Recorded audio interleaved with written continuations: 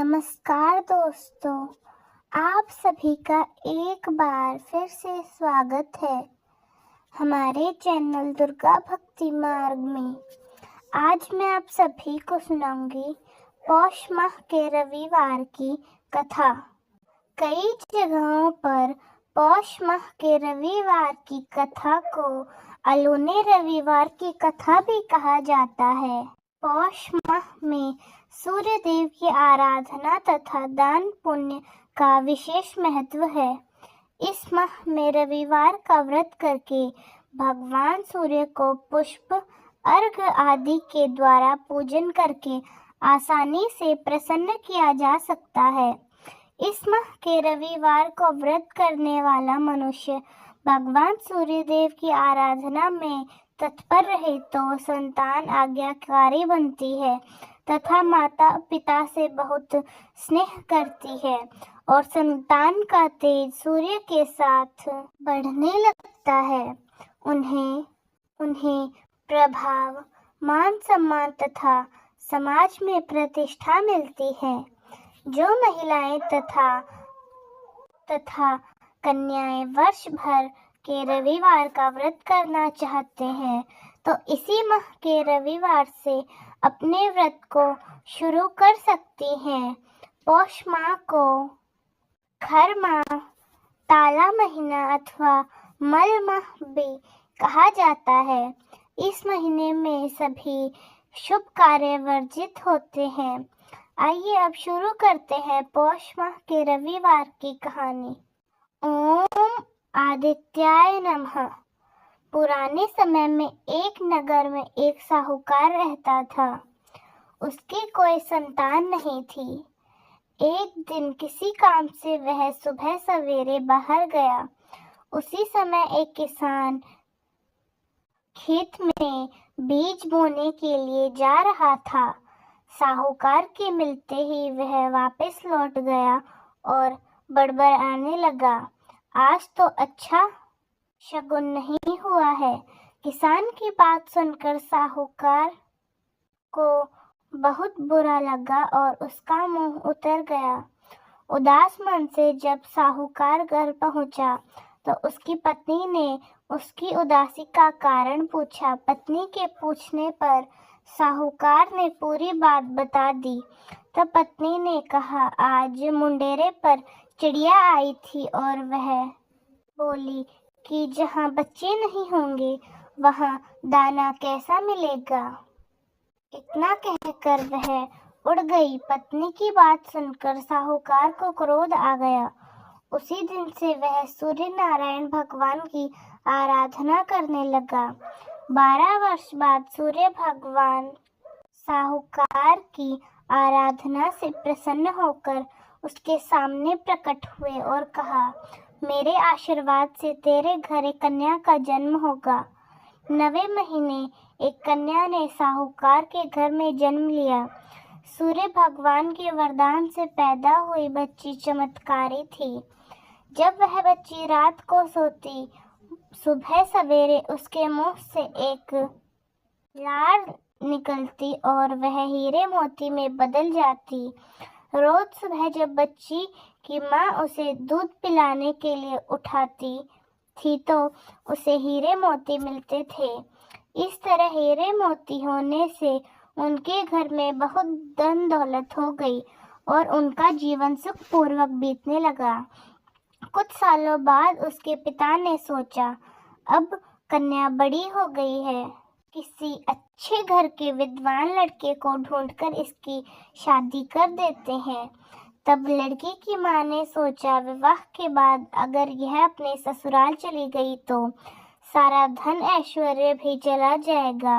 यह सोचकर लालच भरे मन से उसकी माँ ने कहा, मेरा सुबह सवेरे उठते ही इसका मुंह देखने का नियम है, क्यों न हम घर जमाई रख लेते हैं। कन्या के पिता ने उसके लिए एक गरीब लड़का ढूंढा जो घर जमाई बनने के लिए तैयार हो गया और साहूकार ने अपनी बेटी की शादी उस लड़के से करवा दी। शादी के बाद रोज सुबह जब लड़की की माँ उसे उठाने जाती तो उसके पति को बहुत बुरा लगता।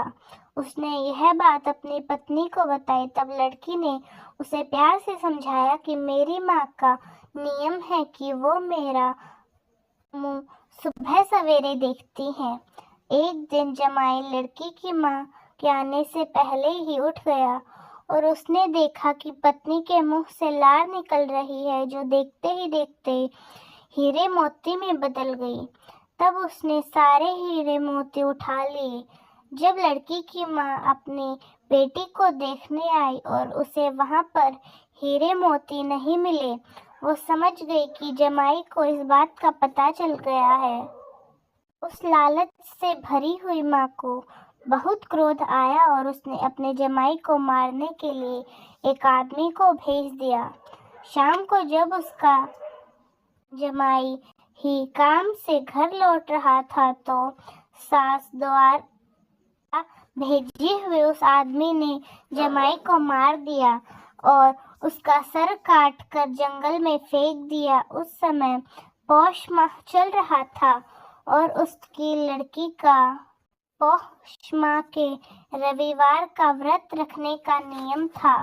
वह भगवान सूर्य की पूजा करके तथा कन्या को तो कथा सुनने का नियम था। कथा को सुनकर भोजन के लिए पति का इंतजार कर रही थी, परंतु लड़की के पति को उसकी मां ने मरवा दिया था।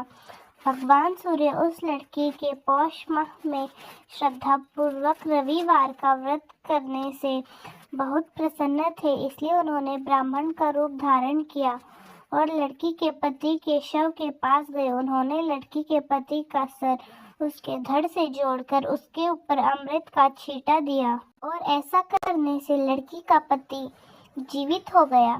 और जब उसका पति घर आया तो लड़की ने पूछा, आपको पता नहीं है क्या, मैं सूर्यास्त होने के बाद खाना नहीं खा सकती, मुझे अगले दिन ही खाना खाना पड़ता है। लड़की की बात सुनकर उसके पति ने उसे सारी बात बताई। तब लड़की ने फैसला किया कि अब हम इस घर में नहीं रहेंगे। उस लड़की की बात सुनकर माँ को बहुत पश्चाताप हुआ और उसने बहुत क्षमा मांगी, परंतु बेटी नहीं मानी और वह अपने पति के साथ ससुराल में रहने लगी। उसके घर में सुख तथा समृद्धि हो गई। उसने अपने परिवार, पुत्र पौत्र आदि के साथ खुशी खुशी जीवन यापन किया। अंत में सूर्यलोक में स्थान प्राप्त किया। सूर्य भगवान, जैसा आपने उस ब्राह्मण की कन्या पर कृपा की, वैसी सब पर करना।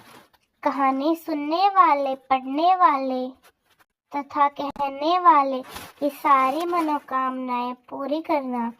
तो प्रेम से बोलिए, सूर्य भगवान की जय हो। पौष माह को खरमास कहे जाने के पीछे एक पौराणिक कथा है। खर का अर्थ होता है गधा। मार्कंडेय पुराण के अनुसार सूर्य देव अपने 7 घोड़ों के रथ में बैठकर ब्रह्मांड की परिक्रमा कर रहे थे और परिक्रमा के दौरान सूर्य भगवान को एक क्षण भी रुकने की इजाजत नहीं है। एक बार सूर्य भगवान के 7 घोड़े साल भर दौड़ लगाते लगाते प्यास से तड़पने लगे। उनकी तड़प को देखकर भगवान सूर्य को दया आ गई और इस स्थिति से निपटने के लिए सूर्य देव एक तालाब के निकट अपने 7 घोड़ों को पानी पिलाने के लिए रुकने लगे। तभी उन्हें प्रतिज्ञा याद आई, घोड़े शक्तियों बेशक प्यासे रह जाएं, लेकिन यात्रा रुकनी नहीं चाहिए, अन्यथा सौर मंडल में अनर्थ हो जाएगा।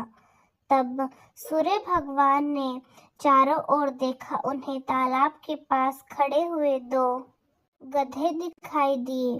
भगवान सूर्य ने तत्काल ही अपने 7 घोड़ों को प्यास बुझाने के लिए खोल दिया और कुंड के आगे खड़े 2 गधों को अपने रथ पर बांध लिया और आगे बढ़ गए। अब स्थिति यह हो गई थी कि गधे यानी खर अपनी मंद गति से पूरे पौष माह में ब्रह्मांड की यात्रा करें और सूर्य का तेज बहुत ही कमजोर होकर धरती पर प्रकट हुआ था और यही कारण था कि पूरे पौष माह में पृथ्वी के उत्तरी गोलार्ध में सूर्य देव का प्रभाव क्षीण हो जाता है और कभी कभार ही उनकी तप्त किरणें धरती पर पड़ती हैं। ओम सूर्याय नमः। अब आइए जानते हैं पौष माह के रविवार की व्रत विधि। पौष माह के रविवार को अलूना भोजन यानी बिना नमक का भोजन किया जाता है तथा एक समय भोजन करके व्रत को पूरा किया जाता है।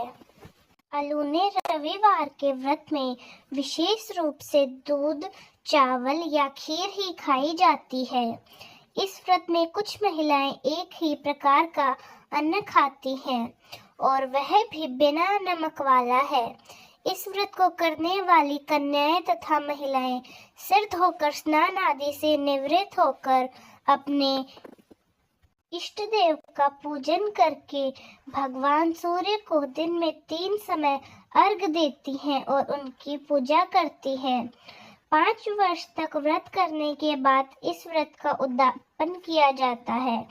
5वें वर्ष 5 कन्याओं को और महिलाएं 5 सुहागन स्त्रियों को भोजन करवाती हैं। उन्हें अलूना भोजन खिलाने की आवश्यकता नहीं होती। इसके बाद यथाशक्ति दक्षिणा देकर व्रत का उद्यापन पूरा किया जाता है। इस प्रकार से पौष माह के रविवार की कथा और पूजन विधि पूर्ण होती है। तो दोस्तों, कैसी लगी आपको हमारी आज की कहानी? कमेंट्स में ज़रूर बताएं। धन्यवाद।